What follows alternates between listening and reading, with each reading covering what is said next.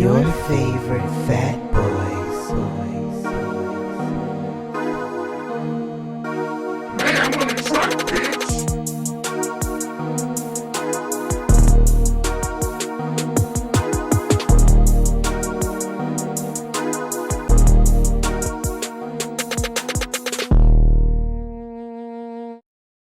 What's up, everybody? Your favorite fat boy, Jarron. Stefan, a.k.a. Mayhem, a.k.a. the Black Gene Siskel, a.k.a. the purveyor of bad movie summer. It's not a bad movie summer. It's not a bad movie summer. That's not how I feel today. Well, welcome back to the podcast. So today we're going to kick off our review of summer blockbusters. Yeah, it's summer blockbuster season, and we've seen a few. Yeah. So before we jump into it, what's been going on with you? I haven't seen you like the past couple weeks in a row. What? That's not true. I've seen you a lot because we don't see movies. I know, yeah, I know. So you want to tell everybody anything going on? No? Okay. Absolutely nothing. You know how it is. He's just a mystery. So ain't nothing going on with me either. No news is good news, so that's how I look at it. So I guess we jump right into it. So we saw Guardians of the Galaxy, Spider-Man Across the Spider-Verse, Transformers Rise of the Beast, and The Flash. So that's why I was doing this. Because, That's why you just looking stupid. That's how he runs though, right? He looks Stupidly. I mean, no, his arms are further apart because he doesn't know what running is.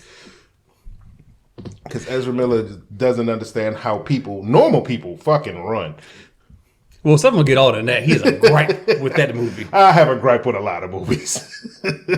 So let's start with... We're doing movie reviews today, people. Yay! So we'll start with Guardians first because that came out May 5th? May 3rd? May something. Yeah. So what was your take on it? I enjoyed it. It was definitely a nice close to the Guardians of the Galaxy saga. And it hit a lot of emotional beats because, who thought you could feel anything for a CGI raccoon? That's a good point. It definitely had a lot of emotional notes in the movie that it felt it was very realistic, I would say. Yeah, and it was definitely a nice close to their saga, the saga of the Guardians of the Galaxy. Yeah, and it subverted my expectations. Whereas I thought they were going to just, follow the same Hollywood trope of have Peter Quill get the girl, because that's the expectation that you have. But, they really solidified that the Gamora who was in this movie was not the Gamora that we've seen for the past movies. That Gamora is dead. Yeah, I like that they put a closing to these characters in a sense. Yeah. And like you said, the Gamora he fell in love with is gone. Because that last scene where she said to him, "I'm sure we were fun together." I could have lost it. I could have lost it right then and there. I was like, "Ooh!" That was probably one of that little scene right there was on the same level of emotion to me when something happened in Wakanda Forever.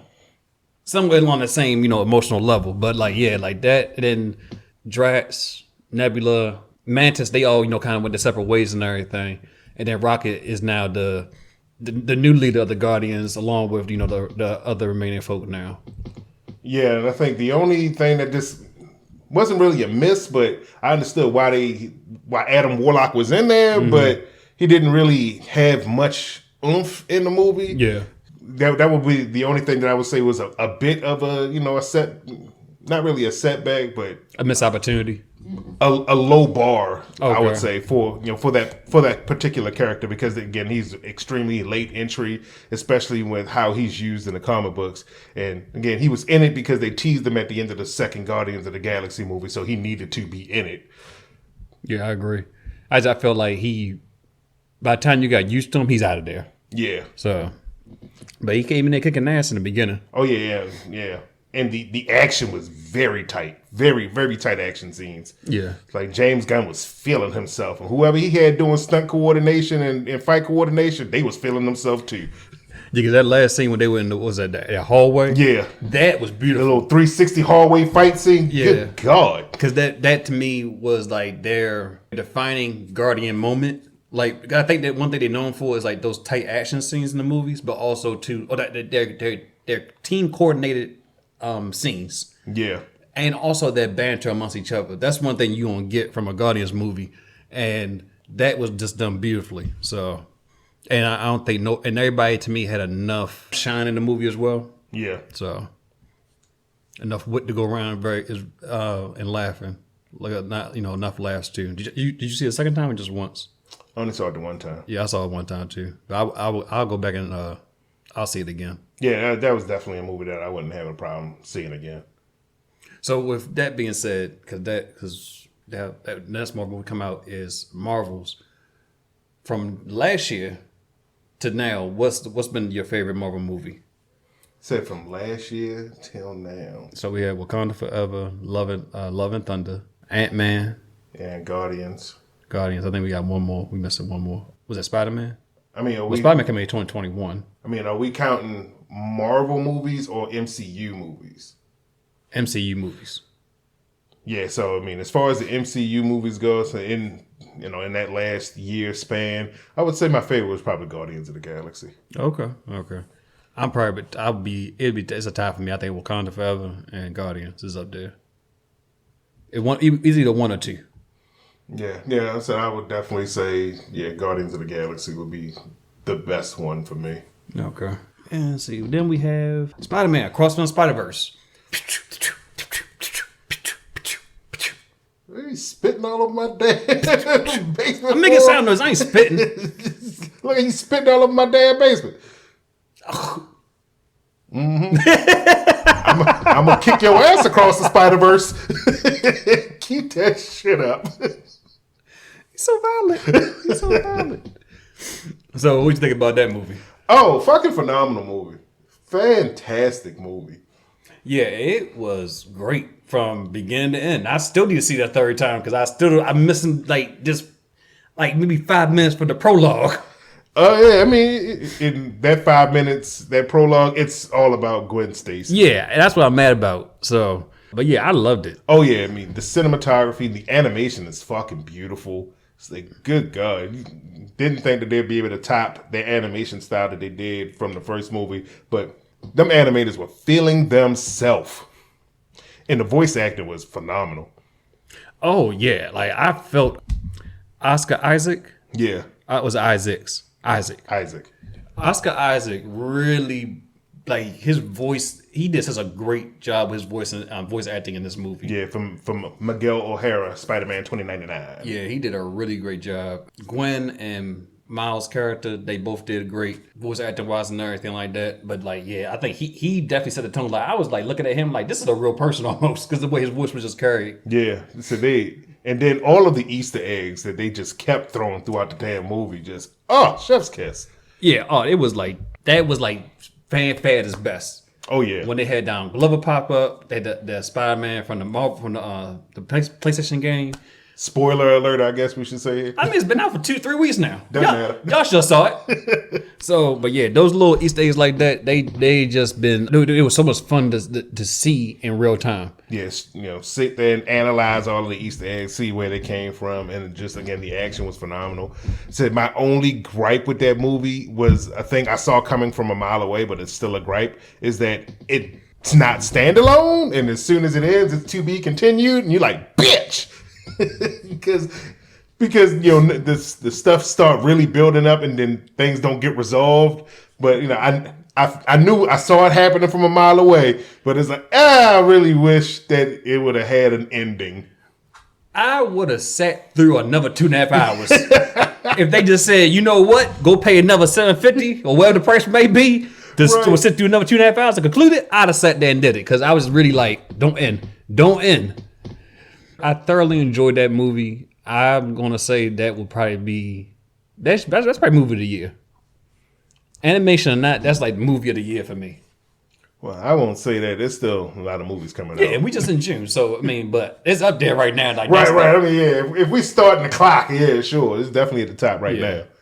There's a lot of movies coming out. I mean, still, yes, we know that, but like. It got a top spot for right now. I know money wise is one thing, but like I think for taste alone and just like overall cohesiveness and animation. Yeah, I wouldn't be surprised if it wins another Academy Award for Best Animated Picture. And it one thing, it looks a lot better than the first film. Like the first film is not shabby, But in comparison, like what they did. Oh yeah. I mean, the technology gets better. The animators get better. They understand their craft and what they want to do more because they've already done one movie. So yeah, like I said, it is a phenomenally beautiful movie.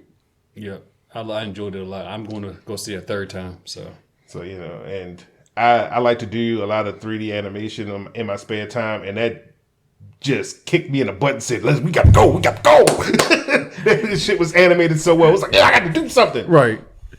So, yeah, it definitely was a good film. I would recommend anybody to see that just because it's a good time. So yeah, if you haven't seen it, go see it. I would say the same thing about Guardians of the Galaxy. If you haven't seen it, go see it. Good movies. Mm-hmm. Now for the bad ones. Just got to go into my songboy voice. Right. Swing low. Swing chariot. That's all I'm feeling right now. So, disclaimer. It was my idea to go see these movies. Definitely. I'm sorry. I had absolutely no intention of seeing them. No, but we got to do it for the culture. Do we though? I mean, I know we're not important, but I feel as though we should do that. So, okay, we'll start with Transformers, which I had the pleasure to see the second time. Rise of the goddamn beast.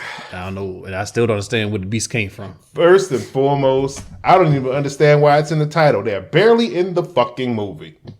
This is true.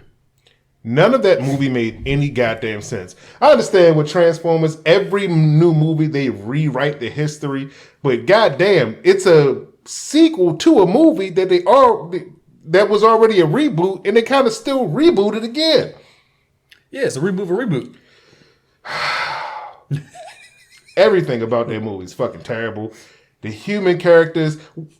Why was the Noah Diaz is the name of the character who's the central male protagonist? Why was his little brother even sick? Why did he even have a whole 30-minute segment about us seeing this brother's sickness? Because you had to care, and Noah Diaz needed the motivation to impress his brother, I guess. I don't know. Yeah, because, saving the world would be motivation enough if he's given the situation. But you need to put the extra weight on your back. Apparently, for no all reason. They just mention it, his brother's sick, and then it's like, yeah, okay, let's leave.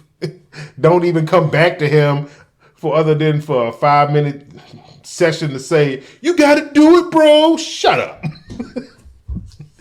And the female character, they didn't really have they didn't know what to do with her.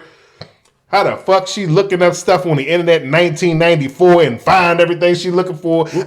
Movie producers, director, maybe you don't remember what 1994 internet was like. I do, and it wasn't that. They need to do America Online. Yo, the Maximals was so underused. That was... Why they have Michelle Yeoh do the voice for Air Razor? Because she's what is it? She did that one movie that got a lot of awards. Yeah, Everything Everywhere All at Once, which is a fantastic movie, but that was a complete waste of her talent. She won a couple awards from that, right? Yeah. So that was a complete waste of her talent. It was definitely a waste of her being there because the voice was cool and everything, but the character was never fleshed out. Yeah, none of the Maximals were fleshed out. I was definitely mad about Ryan Knotts and Cheetor just not having any fucking lines, no personality. Yeah. Cheetor had one line. 2. Oh, okay. 2. I saw it a second time, so I counted. The villains weren't even fleshed out. They were just bad guys. Be fucking cuz they were bad guys. And for whatever reason, they always got to have some magical MacGuffin that they got to go for. Because what was the premise of Bumblebee? Do we remember that? I don't even fucking remember anymore. Because now I feel like they kind of just creating shit just to throw a movie nigga to start the Stargate key, and it's like, well, what? Huh? What was Bumblebee doing on Earth the first time? I ain't watching it again. I refuse. So if you haven't gotten it by now, Transformers Rise of the Beast is fucking terrible. But kids liked it. Nicholas liked it. I mean, kids are stupid. This is true. Kids have terrible taste. This is why I said if I was 10, I would probably enjoy this. And when I turned my brain off, I was like, this is all right. See, I don't know if I would have enjoyed it if I was 10. No, maybe I would have. Shit, we like Double Dragon and Street Fighter. No, I liked it the first time because I loved the games. But once I looked at it a second time, even like a couple years later, I was like, "Oh, this is fucking terrible." Yeah. That's what I'm saying. The first time around, I was like, "Oh, this is decent. This is but no. No, see, I can understand if it was mostly giant robots fighting. Then, yeah, shut your brain off. But no, they had just whole swaths of time where it's just the humans doing stuff. It moves the plot along. Other than just making the plot move by having giant robots fight each other. And of course, Noah Diaz turned into Mega Man. I understand the old Transformers, they had the humans, they had exosuits. Yeah. I get that, but yeah, he did look like fucking knockoff Mega Man. When I saw that, like Mega Man, if don't nobody know what it is, I'm punching you in the face. And that whole goddamn last action scene, you couldn't really follow it. The camera moving around so goddamn much, you can't really follow the action. Everything is all dusty brown. Yeah, because when I looked at this, when I'm looking at it this time not too long ago, there's no clear distinction of Cheetor, Rhinox, Wheeljack, Optimus Primal, and RC. The only reason I get to even tell RC because of her pink hips. Right. So it is no clear distinction in who's who. Yeah, because again, that final fight was just a dusty brown and the camera constantly flying around and panning. It's like, yo, this is CGI. You don't have to do that. And it was made me think about how the first Transformers was, where everybody had like a distinct color scheme, and the action wasn't that melee. Right, because of the fact that the way Michael Bay do it, he likes to use a lot of real elements in his visual effects. So he has things to follow and look at. Right. Whereas this final fight scene was nothing but CG. So, but I mean, yes, it is very chaotic to watch because like, what the hell's going on? But it does seem like a good time to somebody. I mean, they did make it. And don't get me started on the fucking enemies that didn't make any goddamn sense. When that first introduction, they blew up a fucking museum, but then they got to get the second half of the magical MacGuffin, and they decide to use stealth for some odd reason, even though they blew up a fucking museum the first introduction. Yeah, because fuck America. But Peru, hey, yeah, second ground. Right? God, fuck it. I'm just trying to figure out. I mean, it leaves a lot of questions that nobody has an answer to, because like the symbols when they went to the cave. How long had the the Maximals been here? No, they've established that they've been on Earth for like 5,000 years. Just chilling. Who repairs them? Who knows? Don't they run out of energon at some point? Well, they were sitting on raw energon, but they didn't have enough energy to refine it. It's a whole lot. So it's always energon here. You mean to me Elon Musk ain't grab it yet? So yeah, I mean, if you go down that rabbit hole of trying to make sense of it, it's gonna leave you like, what the fuck? Yeah, I have the undesirable mind where I do that. Yeah, but if you just trying to go enjoy a decent movie with some kids, I say go for it. I say don't, because you got to sit through that. Look. We saw The Flash, and my choice was, because Nicholas said he wanted to see both of them. Like, I got to pick the lesser evil. So either 2 hours or 2.5 hours. Yeah, well, again, I mean, if you're going to get punched in the mouth, I'd rather get punched in the mouth once than 5. So, but we got to talk about the big reveal at the end of Transformers. The big old what the fuck. The Joe! The G.I. Joe collaboration, revealed that now G.I. Joe is in the same universe because Hasbro owns both those properties. So makes fucking sense that G.I. Joe's around, even though they didn't fucking help the entire fucking movie for some odd reason. Well, would you have wanted them to pop up in the movie? Might as fucking well. Yeah. The Maximals popped up somehow. Oh, that would have been just, I was like, who they got? Roadblock, Flint, Snow Job. I never liked that name. Snake Eyes. Now it just that's gonna be a big sell. Snake Eyes and Bumblebee together. That's gonna be the big sell. I mean, maybe they tried that whole G.I. Joe origins with Snake Eyes and it didn't do well at all. So no, I didn't watch that. I refused to. But yeah, so G.I. Joe is a part of the Transformers universe, and their idea for a sequel is to bring G.I. Joe in to it for some odd reason. Because it makes about as much sense as all the rest of that fucking movie. I mean, because doesn't Power Rangers, aren't they owned by Hasbro now? No. It's still Saban. That's Saban. Oh, okay. Well, thank goodness. I was thinking, like, what they going to, because I know they plan on rebooting that. Might as fucking well. Throw every toy in there. Might as well. I don't see a reason not to. So, we don't recommend you go see Transformers, but I guess if you go see it, good, because then that means they can do a sequel, and then we can see this again in 3 years. Hush. Don't give anybody any ideas. That is detriment to my health. Both physical and mental. Look, don't prolong this riot strike. Get to work on this today. We got to see this fuckery. No, we don't. We seen these two. Why not? Just because of you. You keep wanting to see these damn movies. Treat it like a Make-A-Wish Foundation.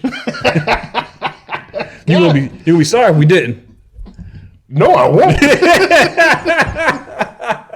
I tried. Moving on. So there's the Flash.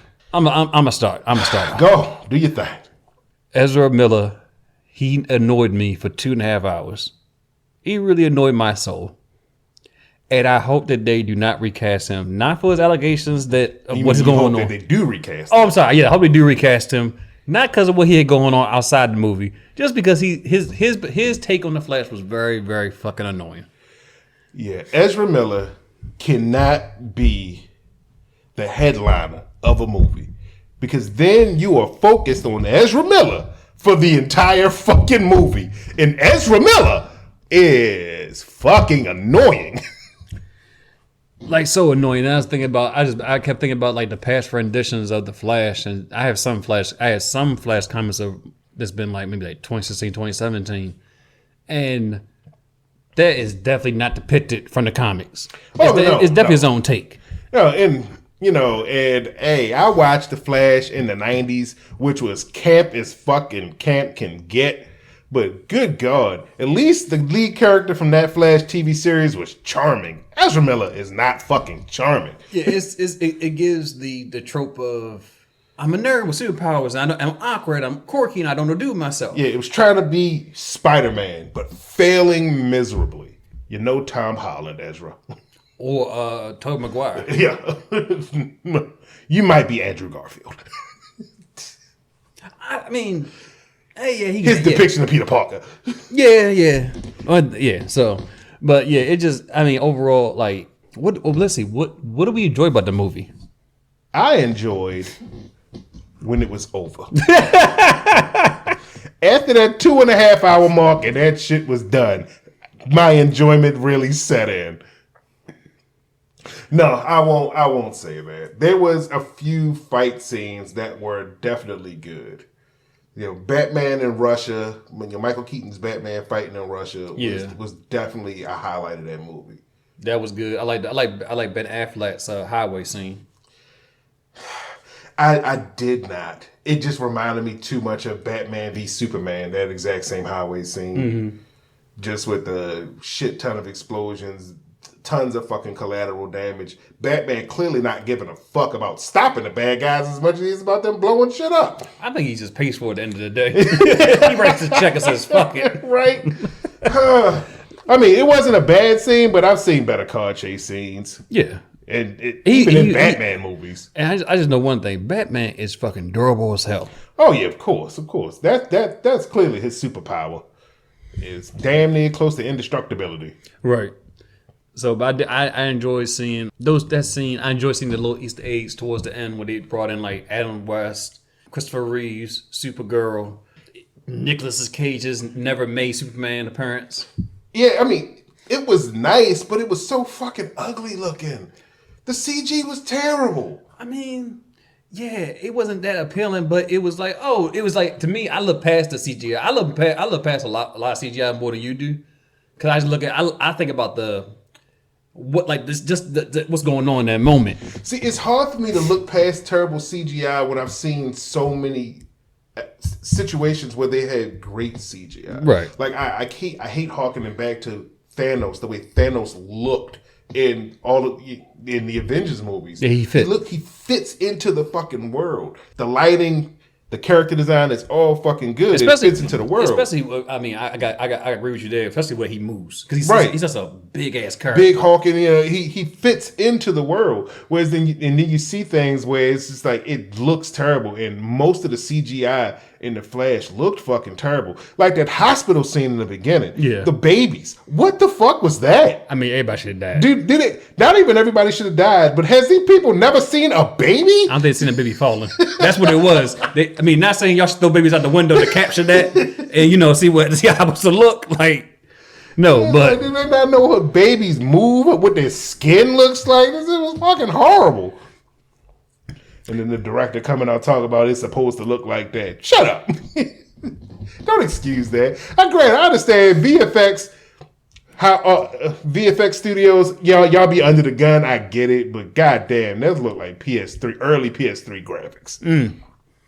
Yeah, looking at some of the games, yeah, it does. It does. That's a good point. And the fact that they use this movie to even throw in a Flash origin in the movie, like we needed that. I mean, over the span of these last few years, I mean, has there really been a Flash origin? But you don't need it. Yeah, we didn't need it. He's already been introduced. He's been established. We don't need an origin. This is true. But they pulled heavily from the Flash paradox. Not even tried to. Yeah. I mean, if you want a Flash, a Flashpoint paradox, there's a Warner Brothers animated movie that does it really well. It does. It's still one of the best animated films. Yeah, that Warner Brothers has done. Man. And then the introduction of a second Ezra Miller's character, Barry Allen. Oh, see, if it was just the one Barry Allen, I'd have been fine. But that's what made me annoyed was his other character. Then also, of course, you could see that as the movie went on, you figured out who the main villain was because it wasn't Zod. Like Zod coming back was just it's a stand-in pretty much. Yeah, it's filler. Yeah, and then what do you think about Supergirl though? I didn't have any issues with the character. I mean, she didn't have a lot of screen time. Technically, they didn't really do much of the characterization, which is weird because they gave Flash a whole nother origin, and then Supergirl just like, I'm Kara Zor-El. Kyle is my cousin. Punch stuff. That's all she did that really well was punch stuff. I hope though because I know they're gonna come out with a Supergirl movie. I hope that she won't be in it. Nope. You think so? That's not gonna use her. Okay. Oh well, I tried. Because I want to see more of DC's characters just out there. Because it's like, I mean, I get Superman and Batman are your heavy hitters and they're the most popular ones. But it's like, it's so many other characters in the DC universe. I'm just ready to see everybody or more obscure characters. They planned on that, but they had to wipe the slate clean of the Snyderverse. Yeah, and I get that. I get that, and I'm just like, oh god, what do we see? It's a toss up. Do we see Blue Beetle next or Aquaman? Neither. We didn't go see the first Aquaman in theaters. We did, and we didn't go see Shazam, the first Shazam in theaters. So we don't technically need to see either of these movies. We saw Shazam, right? Yeah, we did. We saw the second one. We didn't see the first one. Yeah, we saw the second one. So we don't necessarily need to go see these movies. All right, let's just play the trailer by ear for Aquaman. Let's just play it by ear. Wait for the trailer to see. Yeah, before you write it off. So because when I watched Aquaman on TV, I was like, okay, like it was okay. It wasn't a bad movie. And your points of it, yes, how they went from scene to scene are valid. But I think as an over the top kind of a movie, like it was cool. Yeah, I mean it wasn't bad. I mean it's James Wan. He knows how to direct a movie mostly. So I mean, and I don't know if he's directing the sequel.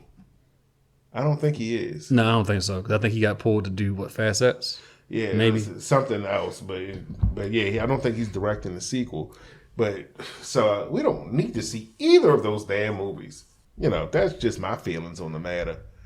Well, let's see. Because Flash was fucking terrible. I see. Like I said, I was going to see either that again or Transformers because Nicholas wanted to see one of those movies. I was like, do I want to sit through 2.5 hours and be annoyed again, or 2 hours? And that 2 hours actually went by pretty quickly. Yeah, I guess. But I don't think I'm gonna see the Flash. I'm going to deter him from seeing anything else. Because honestly, the Flash could have been 90 goddamn minutes. It was 2.5 hours for no no reason. No, it could have been 90 minutes. It could have been a tight 90. Like Deadpool. Tight goddamn 90. It did not need to be 2.5 hours. Because I was sitting there looking like, oh, God, this movie got to be over. It's over soon. Then I looked at my watch. There's an hour fucking left. That's how much that movie fucking drags. So, yeah. So, we recommend Guardians, Spider-Man. And wait till it comes on video on demand for the last two? No. Just skip it altogether. If you got little kids, sure, put on Transformers. The ending scene that keep them occupied. But The Flash, The Flash is fucking terrible. It's terrible from beginning to end. I have one question for you regarding Spider-Man, because it popped up in my head. So you know, what's his name? Dr. Umar Johnson? Mm-hmm. So he had a very interesting take on Spider-Man. He wanted black people to boycott this movie because he did not like the fact that the black Spider-Man is going after the snowbody Spider-Man. And they have, why can't it be a love story of two black people Spider-Mans coming together? I'm not even going to I'm not fucking entertaining that. I refuse. I fucking refuse to entertain that. All right, we can move on now. Thank you. I fucking refuse to entertain that. Because it's stupid from beginning to end. But, so, let's see. Let's rank the Spider-Man movies from worst to best. Oh, I've done this before. I could tell you flat off the bat, the worst movies: Amazing Spider-Man 2, Amazing Spider-Man, Spider-Man 3. That's it. Okay. and then you go for that, and I can tell you the top 3: Spider-Man 2, No Way Home, Across the Spider-Verse, and then everything else is in between. That works. It said then you can kind of pick spots for Far From Home, Homecoming, Spider-Man, and Into the Spider-Verse. But top 3, bottom 3. Bottom 3, Amazing Spider-Man 2, Amazing Spider-Man, Spider-Man 3. Top 3, Spider-Man 2, No Way Home, Across the Spider-Verse. Okay, I can live with that. Transformers, worst to best. Deep breath. That's right. I can tell you the worst one, Transformers 2, Revenge of the Fallen. The best one, the first Transformers, with number 2 being Transformers 3. Okay. But the worst one has to be Revenge of the Fallen. And then coming right up from that is The Last Night. Last Night of Age of Extinction. One or two. No, the last night was the last one before Bumblebee, right? Yeah. Yeah, Last Night. Okay. So all the rest can fall into place, but the worst one is definitely Revenge of the Fallen. The best one is definitely the first one. Yeah, because the Rotten Tomatoes score for Rise of the Beast is slightly higher than the first Transformers. So I don't know what's going on. I think people on crack. I think, yeah, definitely. Well, I mean, people were saying that Transformers now moving in the right direction. I don't fucking see how. I mean, like I said, when I went there and saw it, and I just turned my brain off, it was all right. It's enjoyable. So we'll see what comes of it. Because I think them definitely putting G.I. Joe into it, I don't think it was necessarily the best idea, but I get it because it's coming from the comics. Well, we'll see what happens because it'll depend on how well it does, honestly. I know. It got stiff competition. Oh, yeah. It's going because it's. I'm also, I think Sony did that one too. That came from Sony's. No. I thought I saw Sony when I on the production. Transformers? Yeah. That's Must be Universal. not Sony. That's Paramount. Oh, okay, that Paramount, yeah. So you got Sony, Paramount, and WB. I'm duking it out this month for your monies. Right. So let's see. All right. So what are we looking forward to coming up in the next few months here? So next week we got Secret Invasion. Secret Invasion, yes. Thank goodness. I'm waiting for a damn Marvel show, Disney Plus show. Right. Because we saw 2 bad movies back to back, and that shit was draining. It was physically draining. It was draining, especially to watch The Flash. Physically draining. So yeah, I'm looking forward to Secret Invasion. Loki should be coming out too. Echo as well. And then we got the Marvels coming out. Shit, I started watching Inuyasha. Hey. In One Piece again. As far as anime goes. Yeah, I mean, there's always tons of anime coming out. Anime comes out in seasons. Yeah. This past season of anime hasn't been great. And then with this damn writer strike going on, Yeah, it's gonna be a sad 2024. Oh yeah, it's definitely shaping up to be. Said Marvel has already halted production on most of their movies and rearranged, pushing the slate back for like 2 years. Right. I was hoping that I don't die. Right. That I don't have to. I can't see the movies. I want to see Kang Dynasty and Secret Wars. So in the Spider-Man 4 film. Yeah, Beyond the Spider-Verse. So Yeah. definitely. Yeah, 2024 is going to be real harsh. Real harsh. Yep. What are your thoughts on how the Spider-Verse will conclude? Because they've already said this is going to be the end of Miles Morales' story. Yeah. Do you, and then plus with them kind of like teasing the Prowler, that like the live action Prowler was in this one. What do you think there'd be maybe some kind of crossover with like the and they mentioned MCU? There be some kind of crossover that they could be planning for? I don't think so. This is definitely. I mean, that Across the Spider-Verse definitely feels self-contained. I mean, it's definitely self-referential with the rest of the Sony properties, and then because of the deal with MCU, they bringing in a couple of those characters that was in that universe, Right. but it's still all within the Sony verse. Right. Because what's his name, Shamik Moore. Yeah. He said he's going to start losing weight, so yes, he can audition for the Miles Morales, A live-action Miles Morales. live action role. So my fan theory is that they possibly could bring in the Miles Morales from that Earth into the live action MCU somehow, some way. I think it's a possibility. I mean, Because I was very surprised they didn't have Tom Holland in this one some way, some form. Possibly. I mean, they as far as the next Spider-Man goes, they already have their ideas. Tom Holland already came out saying they already had the ideas, but everything's on hold because of the writer's strike. Of course, yeah.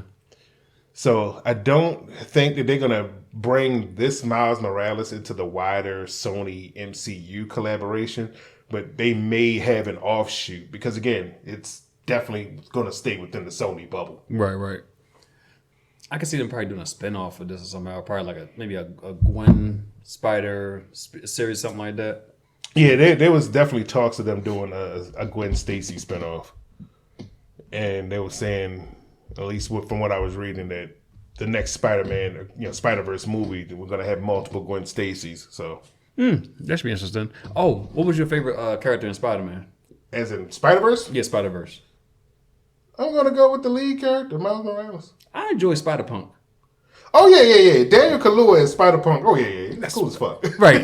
It was because I was having trouble understanding him at first, but then the second time I was watching, I was like, you know what? He's pretty badass. Oh yeah. Even coming on the screen and everything, his character and everything, it was just so badass to me. And I did like Indian Spider-Man as well. Yeah. So I loved his characterization. But as far as favorite character goes, I'm gonna go with the lead. Okay. The focus of the movie, Miles Morales. Yeah, he definitely played a good job, and I think what I liked about this one, what I liked about Spider-Man Across the Spider-Verse, it was a lot of what's that? I guess collateral damage in a sense. Like it wasn't just like nothing. It's like the stakes are really high. That's what I liked about it. Sometimes in the movie, some of these movies, like the stakes aren't high enough. Like it was resolved by the end of the movie, but I felt like this was like because it's a part 2, of course. Yeah. It's like it's a And cliffhanger. they knew they were getting a part 2. Yeah. Whereas with the first movie, they didn't know they were going to make a sequel. They were not guaranteed a sequel, but it did so well. They was like, yeah, okay, they got a sequel. But this time, they knew they were getting a sequel. So, well, yeah. It's weird that all the good, I'll say good movies, but all the movies are coming out like right now in the beginning of June. It's still, we're in the middle of June right now. So, because it's like next thing coming out, and next month is a Barbie movie. You gonna go see that? Shit, I saw Rise of the Beast and the Flash. Might as fucking well see the Barbie movie. So I'll be seeing that with Savannah. But yeah, these last 2 movies have been exhausting. Yeah. So I'm sorry. Yeah. Drained my soul. What little soul I have left. So So when I go full turn face and become evil, it's because of you. make sure you put that in a note so they know why you went ape shit. So anything else we want to cover? I think we covered everything. All right, so make sure y'all go watch I Hate the Internet. Make sure you watch the Fat Adventures. We got some episodes coming up.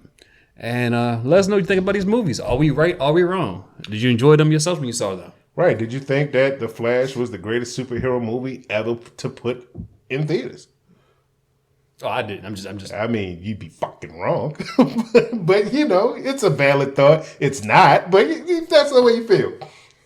But, you know, that's the show. And as always, you can check us out on YouTube, SoundCloud, Google Podcasts, Apple Podcasts, and Spotify. Yep. Make sure you like, comment, share, and subscribe. I'm doing this because I'm going to put the subscribe box right there, right? I mean, that's normally where I put it. Okay, good. Do your job. I'm sorry. No more podcasts. Peace out. Peace.